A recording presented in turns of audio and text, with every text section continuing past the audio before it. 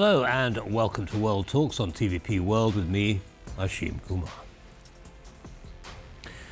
The Czech Republic votes this weekend in a parliamentary election that could reshape its politics. Populist billionaire Andrej Babiš is leading in the polls with promises of cheaper energy, lower taxes and capped retirement ages. Prime Minister Petr Fiala warns his rival could drag the country toward a, quote, a Slovak scenario, echoing shifts seen under Robert Fico in Bratislava. Joining us to explore this issue is Martin Sklenár, former Slovak Defense Minister.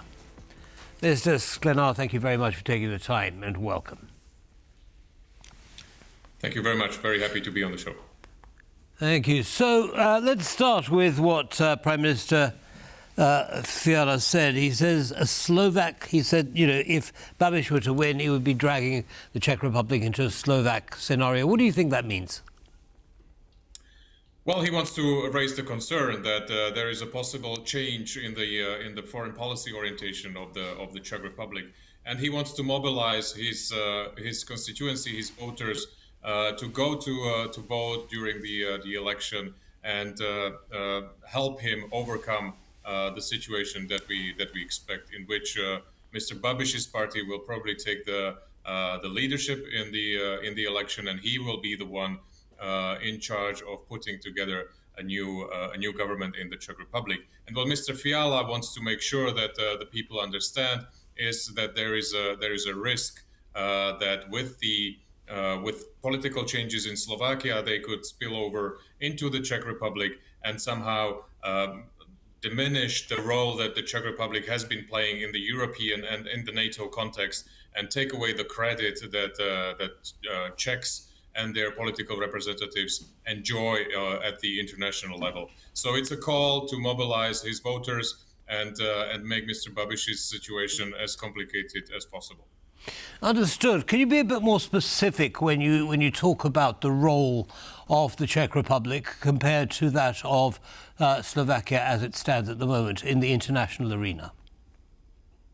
Well, the Czech Republic enjoys a huge level of credibility and has been very successful in leading some of the international effort, especially with regard to support to Ukraine, but also has very clearly supported the efforts to strengthen NATO's deterrence and the possibility of the European Union to build up its defenses and be ready for any potential conflict with an aggressive Russia. The ammunition initiative is a very concrete example of the Czech leadership in some of the issues where the Czech Republic has been the leader in organizing support and deliveries of ammunition to Ukraine, which have made very clearly a difference on the battlefield. And for that, the Czech Republic, its leaders, the Prime Minister, the President, obviously, but also members of the government, the Minister of Defense, have enjoyed a great deal of credit that opened doors, enabled better cooperation with countries and allies, and Czech Republic has been regarded as a poster child in so to say in the Central European context, in representing all these efforts and leadership that underpin the Western efforts to help Ukraine fight the Russian aggression. Are we saying then, Mr. Sklenár, that if Mr. Babiš wins in the Czech Republic, that country will become closer to Slovakia and Hungary, for example, when it comes to EU membership for Ukraine or the provision of military support for Ukraine in its fight against Russia? I have to say that is unclear, and that's also something that adds to the concerns that we have seen in the Czech Republic and also beyond in how the election can have an influence on the foreign policy of the Czech Republic. But it seems from the signals that Mr. Babiš is sending that the changes would not go as far as they have gone in the Slovak Republic. He has clearly said he would not be willing to discuss any possibility of a possible referendum on NATO or EU membership. So that's out of question. He didn't say that he's not going to continue support for Ukraine. He would just be looking for other ways to do it, especially in cooperation with the European Union. Even if they're the arguments are a little bit shaky as we hear them, but it's not as dramatic as it would seem in comparison to probably the Slovak or the Hungarian example. Understood. Now, moving towards domestic policy, Mr. Babiš is promising cheaper energy, lower taxes, and so on. How realistic are those promises, given the risk of poking a great big hole in the Czech budget? Well, obviously, that's the challenge for every government, striking a balance between social welfare and the expenses that are necessary, specifically for defense and for some of the programs that don't seem to have a direct influence on the life of people, even though they might be the basis for being able to live the very high standard of living that people also in the Czech Republic are able to enjoy. What we have seen in the debate of the two main candidates and representing their parties is a strong performance by both by Mr. Babiš and Mr. Fiala, and where Mr. Babiš was very much putting into the forefront his arguments and put in a simple explanation, very appealing to his voters, obviously, and his constituency. That doesn't mean that he has the plan, or at least that's what it looks like, that it's not very clear whether he has the plan how to achieve these election promises. And obviously the rhetoric during an election campaign has to be very simple and very forward-leaning, and making sure that people understand and can expect deliverables from their political representatives after the election. However, it will remain to be seen whether Andrej Babiš will find coalition partners that would be able to support his plans, and of course whether he will find the money to finance the welfare programs that he promises. I'll come to his coalition partners in just a second, but Prime Minister Fiala has actually done a pretty good job already when, economically speaking.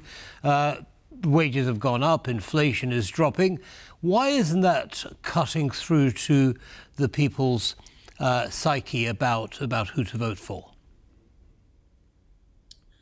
The basic split in the society, so to say, in the Czech Republic is between the people who are more successful and also less frustrated with the situation, right? I mean, we can simplify that as the supporters of the current government, and then the people who feel that the system is forgetting about themselves. They are more frustrated, and these are the people that Andrej Babiš is trying to reach with his rhetoric, with his election promises, and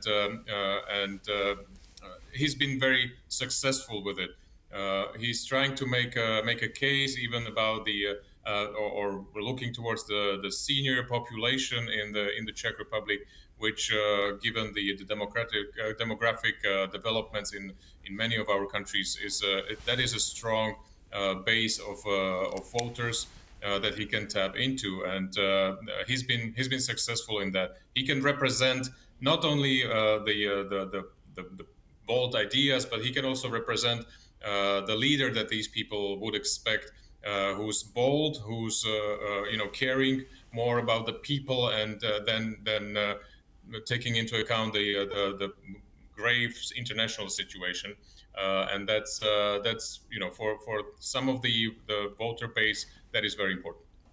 Understood. Now, in the last couple of minutes that we have left, Mr. Sklenár, you mentioned the possibility of coalition partnership. Who do you think that coalition is going to consist of? Which parties?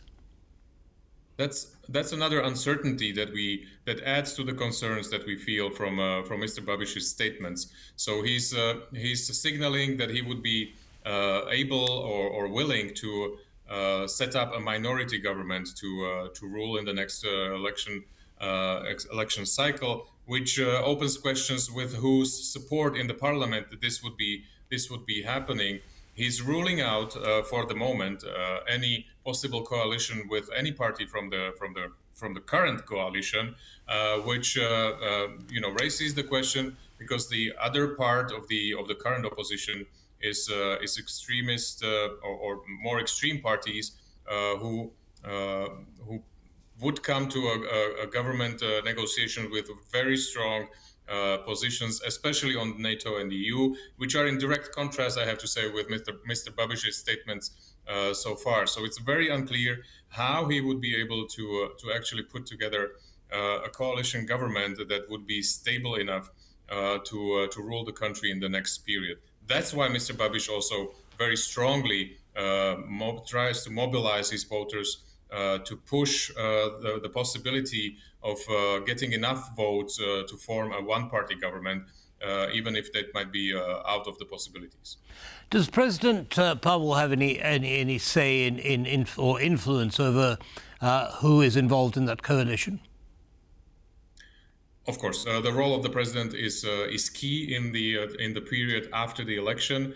In the Czech system, the president conveys the power to form the government usually to the leader of the party who won the most votes.